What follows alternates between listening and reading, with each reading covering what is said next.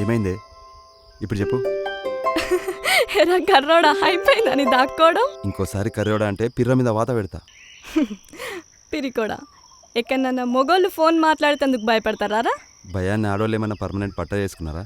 ఒకసారి మా నాన్న నా ముడ్డి మీద వాయగొట్టంగా చూస్తే ఫోను అటు దిక్కుకెళ్ళి మాట్లాడేందుకు కూడా భయపడతావు. సుత్తా నాకేమైనా భయమా? రికార్డ్ చేసి పంపు, నేను లైక్ షేర్ కామెంట్ కూడా చేస్తా. చేస్తావు కానీ ఏంది ఫోన్ల మీద ఫోన్లు చేసినావు? మా దొడ్డికి పెడుతుంది. నువ్వేమైనా గోళీలు ఇస్తావని చేసిన. అయ్యో అది నాకేం తెలుసు, నేను చదివింది బీటెక్ కదా, వెటనరీ కాదు కదా. మీ ఇంట్లో గులాబ్ చెట్లు ఉన్నాయి కదా, ఆ పువ్వులు ఏ కలర్ అనుకున్నా.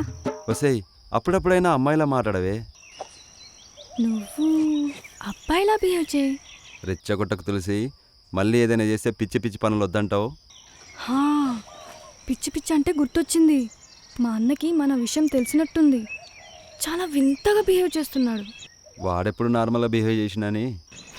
వాడెక్కడైనా కనబడితే ఈ పిల్లి పిత్రి మాటలే మాట్లాడు. అప్పుడు మంచిగా మనిద్దరిని చెట్టు గట్టేసి చెక్కుతారు. సరే నేను సైలెంట్గానే ఉంటా కానీ ఇంతకీ మీ అన్నకు అనుమానం వచ్చిందని నీకెందుకు వచ్చింది అనుమానం? ఏమో నాకు అనిపిస్తుంది. అన్నీ అనిపిస్తాయి నీకు. ఈ అనిపించేదేదో ఇంటర్ ఎగ్జామ్ క్వశ్చన్ పేపర్ గురించి అనిపించుంటే కనీసం డిగ్రీ అయినా జాయిన్ అయ్యదు.